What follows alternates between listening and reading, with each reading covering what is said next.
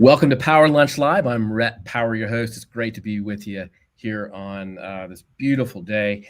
And man, we're going to have a blast today here on Power Lunch because literally we're going to have a blast. I've got Mike Ciorrocco, C-Roc, as he's better known, who's going to show us how to convert adversity into rocket fuel to break free from those negative, from the sort of negativity that sort of gets a hold of us sometimes and drives us and paralyzes us with fear and really stops us from being our best selves. He's got a book out called Rocket Fuel: Convert Setbacks and Become Unstoppable. C-Roc, man, it is great to have you. Now, the whole point of Power Lunch is we have today's thought leaders, best-selling authors, people who are doing amazing work in the world who we can learn from. That's why I have you on the show today. Welcome, man. Thanks for having me, man. I said thank you earlier in the green room, but I just really want to express gratitude because every time I have the opportunity to share, it gives me an outlet to get things out of me. And, if without people like yourself, Rhett, I wouldn't have that opportunity. So thank you to you and your audience for showing up. Well, I feel you, man, because that's this is a great forum to really, have amazing conversations. But I think what ends up the best thing I get out of it is, there's comments at the end of the show or during the show or, later on, somebody will say, hey, I listened to that. And it might be 6 months from now, right? Somebody will say, I listened to that show, man, and it made a huge impact on me. I got his book and it's just transformed, I was dealing with that. It hit the spot at the right time. So, yeah, I mean, these things, this is a lot of fun for me. So I'm glad you could join us. So I got to ask, and I know it's in your last name, but there's got to be a story behind C-Roc. Where did that come from? So my last name, you had to ask how to pronounce it. Everybody does. So I just got sick of that after a while. And I just started, Ciorrocco. But no, really in college, I played football and let me go back from it. Junior league football, Pee Wee football. They used to call me Alphabet. Because of my last name, because we would have our stickers on our helmets and it would say Ciorrocco, right. And the guy's like, just Alphabet. So I was called Alphabet for the longest time, and then when I got to college, they just started yelling C-Roc, and it stuck. And the thing about it was a cool thing to put on the license plate too. When I got my first car, I had a blue, I don't know what kind of blue it was, but it was like an awesome looking blue Eagle Talon, 1995 Eagle Talon, had a black top. And I put C-Roc on the license plate, which got me into trouble a couple times. And I can go into that if you want, but. Please do. Oh, you gotta. well, I was over at a girl's house and apparently her ex-boyfriend was kind of upset with her and he ended up ripping my license plate off and flattening my tires. And so I had to get another one, but that was stolen. And, but I kind of like look back at that and I'm like, it's one thing to brand yourself, but there's another thing to be kind of like a jerk. And I think at a young age, I was kind of like, I don't know, a different person than I am now. But anyway. Well, it's all a learning process, right? Yeah. So now it turned into more of like C-Roc, like I'm the shit, to C-Roc, the brand, teaching people how to elevate, become unstoppable. So it's a paradigm shift, but nonetheless. No, hey, we all kind of go through that learning curve when we're 20 and dumb, right? Yeah. And don't have our little man brains or not quite yet figured things out. So, you're a performance coach, author, speaker, thought leader. Where did that transformation happen? Because I think that was a great segue to this question. Where did that come from? Like, how did this how did you not just fall into some other profession where you're self-absorbed and you're doing, how did you get to the point where you're helping people? And that was sort of a driving force behind who you are.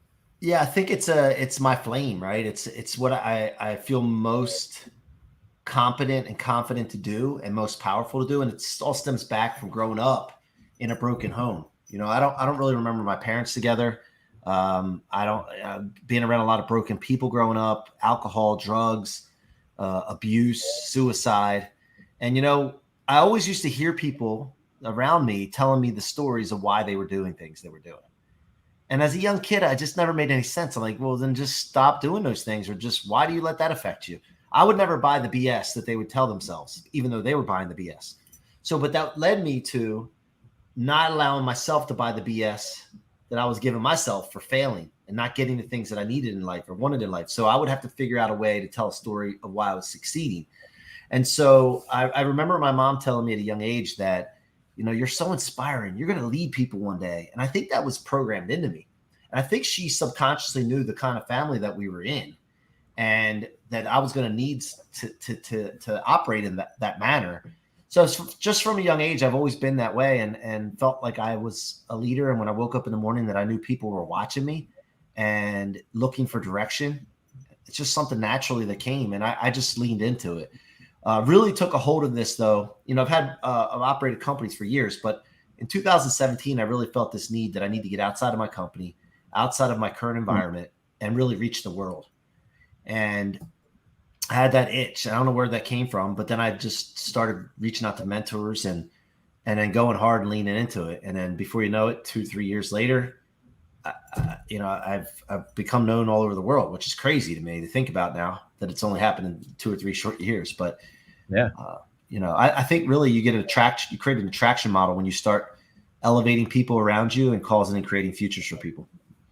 Yeah, there's no doubt. I mean, it seems like going back to that early childhood and stuff, you've kind of got this resolve, right? You went through all of that. I kind of relating to some of the stuff that you went through. I know that drives me, and it drives me, and just drives the decisions I make. It drives my attitude, and I love that part about not buying people's BS, because, man, we can BS ourselves, can't we? I mean, that's what in my coaching and my practice, man, I see that all the time, and it is self-defeating in a lot of ways. But it's why we're in the business, because people. It is so easy for us to do that, I think. Which of all those setbacks, all that stuff, what are there a couple of really memorable moments? Yeah, I would talk to a lot about the one when I was about 10 or 11 years old. I was living with my dad after living with my mom until I was 8. She moved on to her third marriage, and I didn't want to move into another man's house, learn another man's rules. So I moved with my dad. He was on to his second marriage.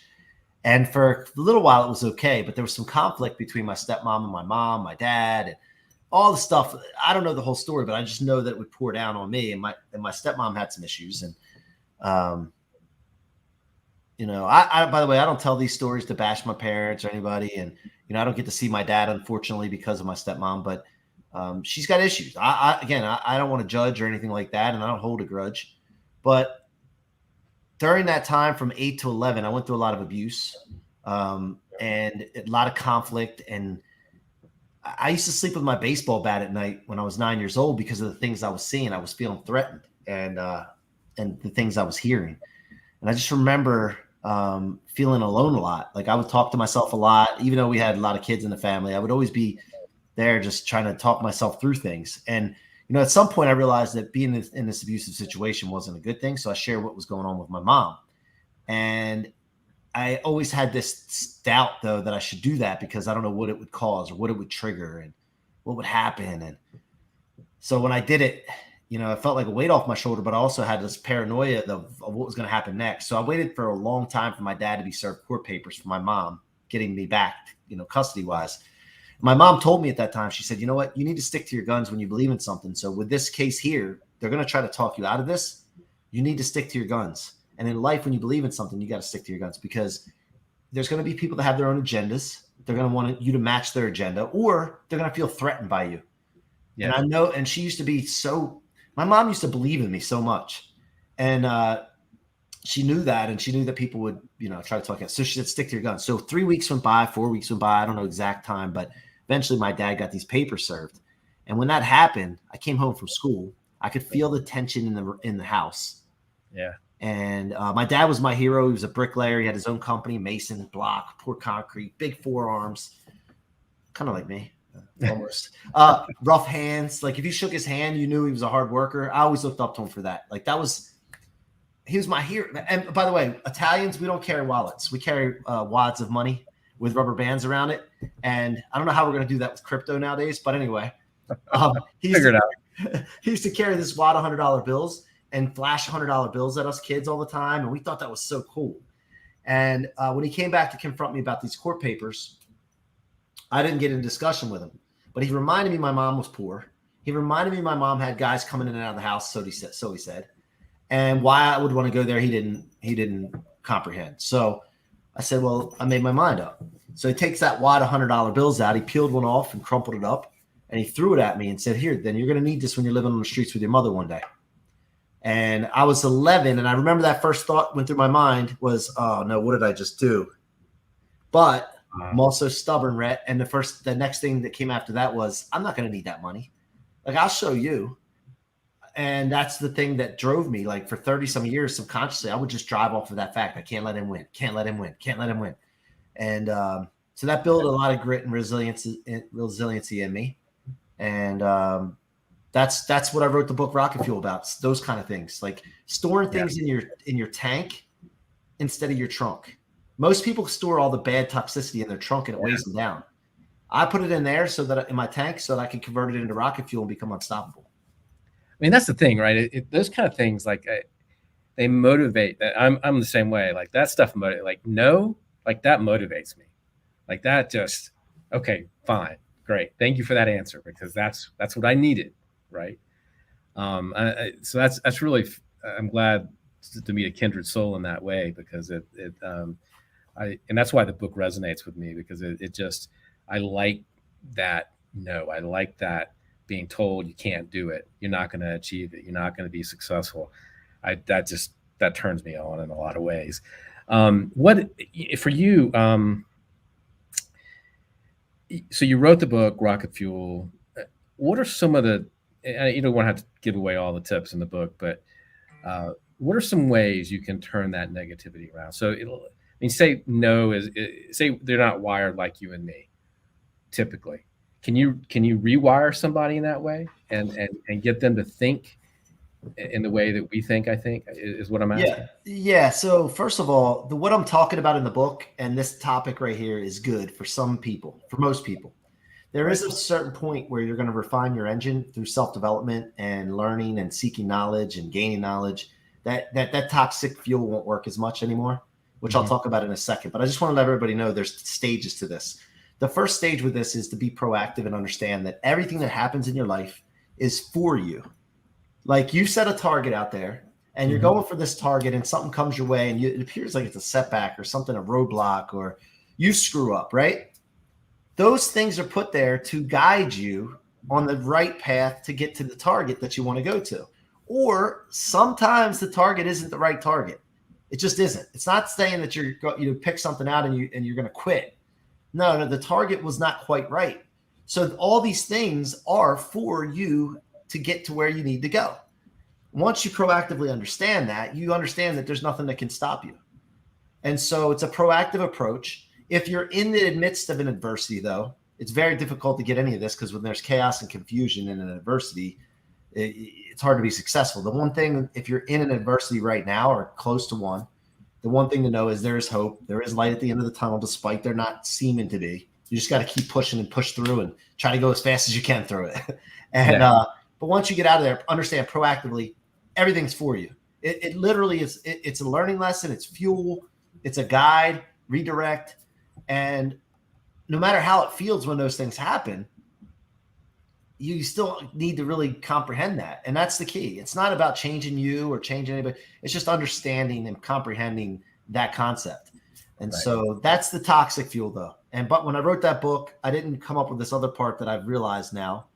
But the toxic part does get you to where you need to be to start refining your engine.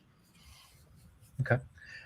So let's say somebody reads the book. What do you want them to come out of it with? What do you want the result to be? So when you're finished reading the book, one, you'll know more about me and the fact that you can always reach out to me to help you elevate. But secondly, understanding that you're the source for everything. Now, I'm a believer in God.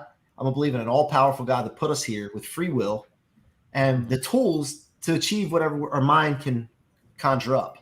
And so when you get done the book, I want you to understand that you are the source of all of things, and your ideas can become reality by just taking action on those and understanding that nothing can stop you from them. As long as you keep going, and as long as you take everything that comes your way and use it, good and bad, use it, consume it. And so that's what it's all about. The book title, the subtitle says, "Become Unstoppable." How do you think, so I think that's all fine and good, right? What is it that keeps us going? I've always wondered. So, we, in my first business that we started, we got to the point where we were probably down to our last couple $1,000s, and we weren't long for the world. And all of a sudden we got a huge break, and it was, I always wonder what kept us going time and time and time again when we were just getting our asses kicked. And time and time again, just getting, but that perseverance, where does that, how do you, like, what do you think? How do we keep, because this is all good, but like, is that a personality thing? How do you sort of look ahead and say, I still got to keep going. I still got to gut this out? Well, I'm sure there's personality traits that allow this to be easier for some people than others. There's personality traits that allow people to teach this, and some won't. But at the end of the day, we're all here on this earth to survive and get by, one. And then from there, the reason that persistence is embedded in you is if you set a target that is big and exciting, that's what keeps the juices flowing. If you don't set targets and you're just drifting, you don't have that. If you notice people that don't pursue things, it's just because they haven't set a big enough target to excite them. And so that's the difference. Everybody's happier when they're going after a big target, or they put something out in the future that's going to pull them forward. Like, for example, anytime I have a trip scheduled, I always get excited. Like the time I schedule that trip to the time of that trip, like a vacation or an event I want to go to, or taking the kids to Busch Gardens this past weekend, when that's on the calendar, it lights me up, and I'm going towards that, man. But if there's nothing, like right now, I have something on the calendar, but it seems like it's farther off. So now I'm thinking to myself, I need to put something on the calendar between that and now, because that's what gets me. That's what gets me to go. And so I think it just strictly comes down to not drifting, being intentional, and having a clear, big, exciting target. And I think it also comes down to believership in a way, right? Because I think it's that big target, but also one that and you said excited about it, and maybe I'm equating excited as to believing in it, but really belief that that's your mission, that's your purpose. Like it's maybe it's a step above excitement to an extent, right? It's a belief in that's gonna help me get to where I want to go. Like there's got to be some sort of believership in there, I think. Yeah, and a lot of people don't believe until they see, and then they never see. So you have to, the order is definitely believe first, and then you'll see. And even if it's faith, right? So I was thinking about another thing with that in regards to, your mission. So my mission is all people are unstoppable to live in the life of their dreams. So what I do is I think about that when I wake up in the morning, when I go to bed, all day, even when I'm dreaming. Everything's filtered through that mission. So whatever your mission is, you got to figure out what lights you up. What is your thing that really gets you? And when you get that, then every thought, word, and action, your environment, the people you surround yourself with, have to all be in line with that mission. And if you do that, that's when things happen, like the breaks that you said that came for you in that business.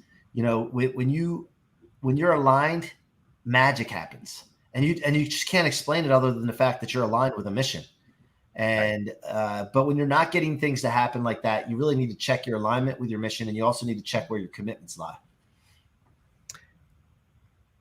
Yeah, and I think there's also who you surround yourself with, right? Going back to family and negativity and the wrong people in your lives. I remember some of our shifts happened when we made some changes personnel wise. We made some changes with people we sought advice from, right? When you start surrounding yourself with different people that bring more positivity and there's something to that. I don't know exactly what that is, but there's something around the people that you're listening to or that you're surrounding yourself by. And I know there's a lot out there about that. But yeah, but here's the thing. First of all, you have to take responsibility that it's 100% my responsibility. One. First thing I do when I'm not if I don't feel quite right, things aren't moving the way I want, as fast as I want, I look at myself.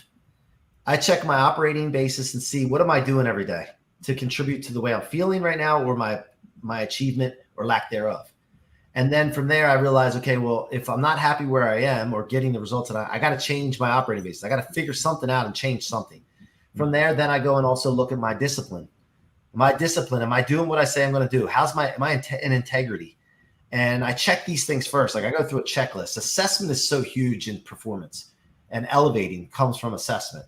And I do this daily, Rhett, by the way. Like at the end of the day, I'm always assessing how did my day go in these areas. And then the other thing is discipline, operating basis. I'll also look and see if I'm doing things I shouldn't be doing. You know, like I'm not even talking about activities I shouldn't be doing that are like you would think are busy work. I'm talking about doing things you wouldn't want anybody knowing about. People get this. This is a little bit controversial because people think that when you go to church and they say you got to do good and don't do evil, it's all about just because of the church says so or whatever. It really comes down to your mind gets filled with all the things that you do wrong that you don't want anybody else to know about. And then you can't think clearly. Your creativity's muffled. Your energy's muffled. Your focus is muffled. And it's very important to pay attention to those things, not to be a goody two-shoes, but to make sure you have clarity in your mind and you're not clouded up with all things that you're worried and feel guilty about. So that's another thing. Again, we're all human. We do these things sometimes that we wouldn't want anybody to find out. We wouldn't want to tell people. We hear something we should tell somebody, but we don't. We withhold something. Those things eat us up, and we don't realize how big that affects us in our performance. And so those are things that I constantly look at. Once I'm done that, looking at myself, then I say, okay, who in my environment is holding me back? There's something that's tugging at me or my mission that's keeping me back or slowing me down, and I got to figure out how to handle it. And if it doesn't work, I got to remove them if they don't get in alignment. I just wrote a book on self-talk, and you were just describing the mental. I talk about mental junk food, right? And that's exactly what all that is, man. It just, just as if we eat crap, for our bodies, like if we put that stuff in our brains and we let that stuff turn around and just eat us up, man, it's really destructive. Something you mentioned, it was one of the questions I had written down to ask you, and you just nailed it, about accountability. I mean, that to me, accountability is like it's a prerequisite for change. It's a prerequisite for anything that we do, right? And you just described that. I think so many people I talk to and I work with, they always have that excuse, and what you were describing to me is just like I take responsibility for me. I take responsibility for what I did or didn't do, what I said I wanted to do, and that part of evaluation of that. I work with I do accountability coaching, and one of the things that we do is that daily assessment, right? That daily assessment of, here are my goals, here are the things I've got to do, and this is how I want to conduct myself in doing it. If I didn't really do those well that day, that's on me, and I've got to take responsibility for that. And so many people want to excuse things away, and so I appreciate you sort of coming at it from that angle, because I do think that that's a really important thing. So yeah, and leaders won't lead if they're not holding themselves accountable.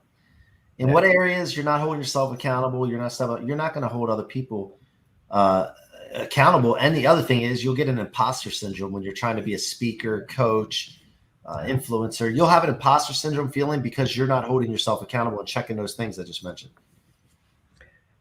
I got to get your take on it since you brought up imposter syndrome. We were having a discussion the other day. I'm in this peer group, and we were talking about it. And what's your take on imposter syndrome? I mean, it's a buzzword now. People are talking about it, but you think it's a useful thing, or you think it's a destructive thing? Well, I think it's useful in the fact that when you get it, you understand that there's areas in your life that you're out of integrity yourself, and to examine those things and assess those things. And once you do, then that'll go away. It stems from a lack of confidence, and confidence stems from, lack of confidence stems from insecurities. Insecurities stem from lack of knowledge, And so it's just right down the line. And once if you're aware of that and you take action on it, then it removes all of that. And every single person will feel insecurities at times. And it's important to acknowledge it, accept it, and then go act on it. And use it as a driving force to fix that, right? It's a guide. Everything that comes your way. When I talk about setbacks, I'm really, that's just an umbrella for everything that comes your way that you would think that would stop you or slow you down. It's there for you to use as fuel. There's nothing that I could think of until we're plucked from this planet that is designed to stop you or slow you down. It's all for you to go. You just got to understand how to use it. Yeah, fair enough. Fair enough. So, do you think of yourself as courageous? Yeah, absolutely. I'm not afraid to admit that either. So you got to be courageous to admit it. Of course, I'm willing to risk a lot because I know and I'm confident in myself to go get it again. So, I always think about this, Rhett, the worst thing that can happen is first of all, came into this world butt naked. I didn't know how to speak. I didn't know anybody. I had no experience. And if I had to go back to being butt naked again, at least I know how to speak. I have relationships, experience, and all that. So I figure if I could do that, I'll be fine. I could do it. That's the worst case scenario. So that's why I'm courageous. I just think about that being the worst case scenario, and I go. It's just. And by the way, that allows you to make decisions quick and act quick. Yeah. And even fail fast if you have to fail fast. Well, you don't fail. You remember failure is right. When you stop. I don't think that there's failure if you just keep going, right? And because when you're unstoppable, you don't fail. You just shift. You might shift the direction and change the course a little bit. Yeah. Yeah. Or going back to what you said, it's just a realignment, right? Maybe that wasn't the right, and that's okay. I mean, we're all going to fail. I mean, we're all going to face those sort of decisions. People get so hung up on something if they set out to do something. I can't tell you. I got my assistant, Kim. She's my right-hand lady at the office. My wife at home. They'll both tell you everything. I've tried so many different things. I've had so many crazy ideas. And when it doesn't work or whatever, I just move on to the next thing. Okay, next thing. Now, I don't quit on things because it's hard. But I realize at some point, this is not the right thing. My mind and focus is on the wrong thing. I got to go focus on something that's more impactful or more beneficial or whatever the case is. So, yeah. Fair enough, man. I love that. I love it. So the book is called Rocket Fuel. And where can people buy it? It's on Amazon. Rocket Fuel is on Amazon. It's Gino Wickman has a book about entrepreneurship on called Rocket Fuel, but that's different. My book looks different. Just make sure it says C-Roc on the front. And Grant Cardone wrote the forward for the book. So it's good. You can get it on Amazon. Where can people find you? I know you do coaching. You've got a couple of programs out there right now. You want to talk about those for a second? Well, yeah, you can MikeCroc.com. That's with no K, just Mike, MikeCroc.com.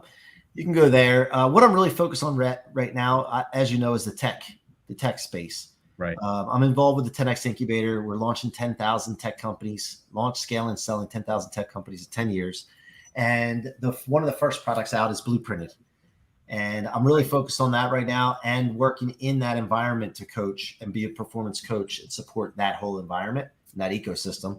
I've stopped my one-on-one coaching now, my group coaching for right now because I'm leaning into this because it's such a, obviously the scalability in tech is ridiculous. So, oh man, yeah, and yeah, Jared and all those guys over at 10X, man, it's a great crew and great to work with them. And I'm excited to be working with you. We're going to be partners on some of that, I think. Absolutely, man, no doubt about it. And by the way, can I get into Blueprinted for a second? Yeah. Get in. There's a whole thing about courses, and there's all these platforms for courses out there, and courses are dusty.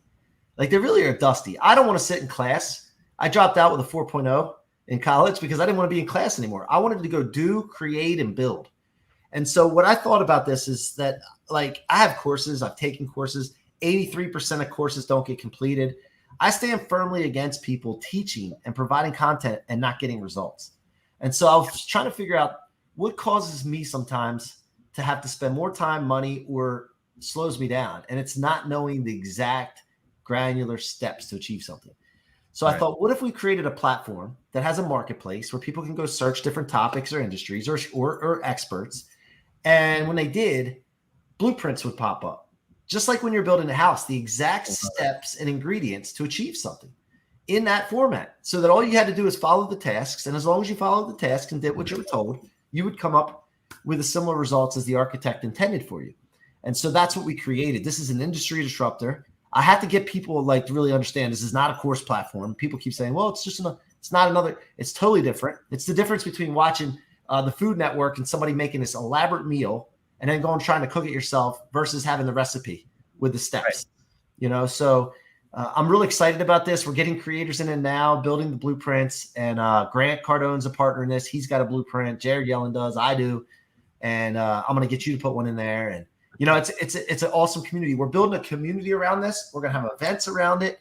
It's awesome, man. Unstoppable people. That's what we're creating. That that just makes me smile. I think that's going to be wildly successful because it just that's what people that's the help people need right there, right? They just need a guy. They just need the guide, and you have the instruction manual, man. You can do it. Yeah. So whether you want to start a podcast, you want to do a LinkedIn Live, you want to write a best-selling book, you want to learn how to be the best father or husband, on and on and on. We're going to provide these. Now, I will be honest with you. This is the first tech company I've ever launched. The first, but I have this passion that's not going to stop. We're going to get there. But every morning I wake up and I'm scared shitless. Honestly, I'm thinking to myself, like, how can we get this done? Like, I'm not doing enough. As much content as I push out there, as many calls. I got back-to-back calls today with all day, right? I don't even have any more time to do more, but I still feel like I'm not doing enough.